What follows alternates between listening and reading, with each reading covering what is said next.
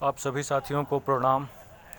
आज बेरोज़गारी के दर पे बात करते हैं कि मतलब देश में जो बेरोज़गारी है वो किस हद पर है। ये चीज़ जानना समझना हम सबके लिए बड़ा ज़रूरी हो जाता है।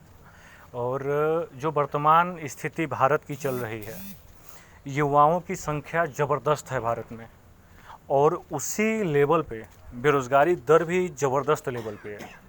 और अपने अडानी साहब विश्व के तीसरे सबसे अमीर आदमी बने फिर रहे हैं। और देश एक तरफ जहां पूरा गरीब होता चला जा रहा है और भूखमरी बढ़ रही है। और मतलब जितनी भूखमरी गरीबी ये बढ़ रही है, उसका रीज़न है बेरोज़गारी। और बेरोज़गारी सिर्फ शिक्षित युवा ही बेरोज़गार नहीं है, अशिक्षित युवा, मजदूर वर्ग, हर तरह के वर्ग के जो लोग हैं जिनके पास रोज़गार की कमी है। और रोज़गार के लिए लोग दर दर भटक रहे हैं। पहले क्या था गाँवों में कि लोग रोज़गार के नाम पे बाहर कंपनियों में भागते थे, उनको वहाँ रोज़गार अवेलेबल मिलता था। आज की स्थिति ऐसी है कि कहीं भी रोज़गार अवेलेबल नहीं है और समस्याएं बिल्कुल छापे पड़ी हैं। ठीक है, अब यहाँ आप लोग स्क्रीन पे देख रहे होंगे बेरोज़गारी का आलम। 7400 ही अभ्यर्थी 5वीं से 12वीं के बीच हुए पास। सोचिए कितना कम का आंकड़ा है। अब चलिए यहाँ देखिए, मोटे हेडिंग में आपको दिख रहा है कि एक आवेदन निकला है, वो भी चपरासी पद का, जिसमें 62 पद है। इस चपरासी पद की जो वैकेंसी निकली है, सिर्फ और सिर्फ 62 पद है, जिसमें कि आवेदन पड़े हैं 93,000 बेरोज़गार छात्रों ने आवेदन डाला है। इनमें 3740 मतलब कि 3740 छात्र जो पीएचडी धारक हैं। अब अंदाज़ा लगा सकते हैं आप कि बेरोज़गारी दर का आलम क्या है। कभी कहा जाता था कि कोई छात्र अगर एमबीए कर ले तो किसी कंपनी में जाके मैनेजर बनता था, कंपनी में पूरी मैनेजिंग सिस्टम को संभालता था।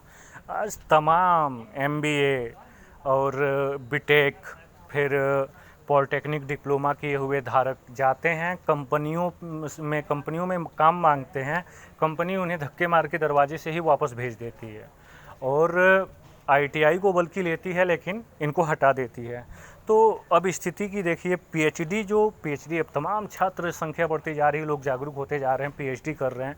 पीएचडी किस ललक से किया जाता है कि हमारे नाम के आगे डॉक्टर जुड़ेगा और बड़े ससम्मान के साथ किसी डिग्री कॉलेज यूनिवर्सिटी में जाके हम पढ़ाएंगे, इस अनुसार पीएचडी लोग करते हैं। लेकिन आप यहाँ देख सकते हैं कि एक मामूली चपरासी के फार्म के लिए पीएचडी धारकों ने आवेदन किया है, जिसमें कि 3740 पीएचडी छात्र हैं। इनकी स्थिति पे आप अंदाज़ा गेस लगा सकते हैं कि कितनी बुरी कंडीशन है आज की स्थिति में। इस पे स्क्रीन पे जो पेपर दिख रहा है, मैं इस पेपर स्क्रीनशॉट को पढ़ रहा हूँ, एक बार देखते हैं क्या लिखा है।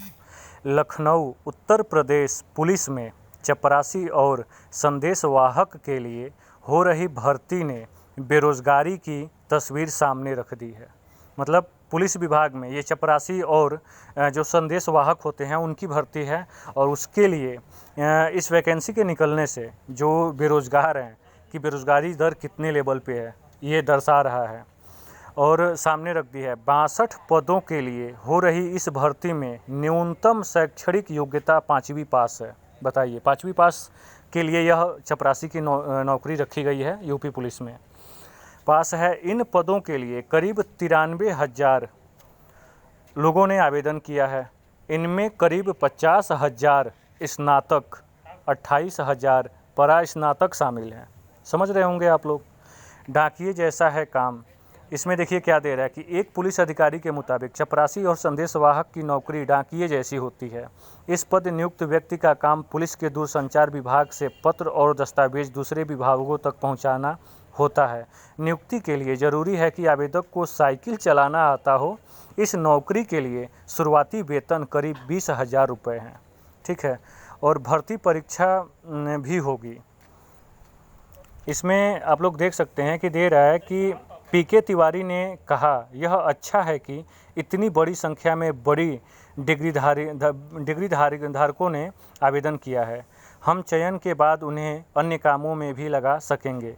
तकनीक योग्यता वालों अभ्यर्थियों को नियुक्ति के बाद प्रमोशन भी जल्द मिल जाएगा और वे विभाग के लिए उपयोगी होंगे। उन्होंने बताया इस बार से भर्ती पैटर्न बदला जाएगा। तो ठीक है, ये एक इस न्यूज़ में एक अच्छा संदेश भी है कि जो अच्छे डिग्री धारक हैं, जो परास्नातक हैं, स्नातक हैं या फिर जो पीएचडी धारक हैं, तो तमाम तरह की उसमें भी ट्रेनिंग प्रक्रियाएं चलती रहती हैं। जो उच्च डिग्री धारक हैं उनको हो सकता है कि प्रमोट करके कुछ अच्छे पोस्ट पे रखा भी जा सकता है। लेकिन अब सोचने वाली बात है, जहाँ की डॉक्टरेट की उपाधि होती है, जहाँ डॉक्टर लिखा जाता है पीएचडी करने के बाद, वो छात्र मामूली चपरासी जो 5वीं पास अभ्यर्थी हैं उनके आवेदन के लिए है और यहाँ पीएचडी धारकों को करना पड़ रहा। कभी वक्त ये था जब ग्रेजुएशन पोस्ट ग्रेजुएशन किए हुए लोग ये कहते थे कि क्या हम चपरासी का फॉर्म डालेंगे, वो कभी फॉर्म तक नहीं फिल करते थे। आज डॉक्टर, इंजीनियर, पीएचडी ऐसे तमाम छात्र लगातार फॉर्म सबमिट कर रहे हैं। अब सोच सकते हैं कि बेरोज़गारी दर देश में कितनी है और युवाओं का भविष्य कहाँ जा रहा है। मैं तो ये कहना चाहता हूँ कि भारत सरकार, जो वर्तमान भारत सरकार है, अगर आज इस पे ध्यान नहीं देगी तो अभी देश में गरीबी, बेरोज़गारी और जो भूखमरी चल रही है, ये स्थिति बढ़कर और भी ज़बरदस्त भयावह रूप लेगी। अगर रोज़गार दर नहीं बढ़ाया, जैसे बिहार में तेजस्वी ने मेडिकल विभाग में, मेडिकल क्षेत्र में उन्होंने बहुत सारी वैकेंसी निकाल दी। फिर झारखंड में जो हेमंत सोरेन हैं, उन्होंने मतलब पेंशन लागू कर दिया है। इस तरीके से हर सरकार को, मतलब उत्तर प्रदेश सरकार में तो सवाल ही नहीं उठता कभी किसी मुद्दे पे कोई चर्चा हो, बस नॉर्मल छोड़ा गया है। बस जितना राजनीतिक मुद्दा है उस पे चर्चाएं हो रही हैं। छात्रों के भविष्य पे कभी कुछ सोचा ही नहीं जाता। मतलब छात्रों के भविष्य पे सिर्फ और सिर्फ खिलवाड़ हो रहा है। इतनी दयनीय स्थिति कभी भारत में कभी नहीं हुई थी। खैर ठीक है, धन्यवाद।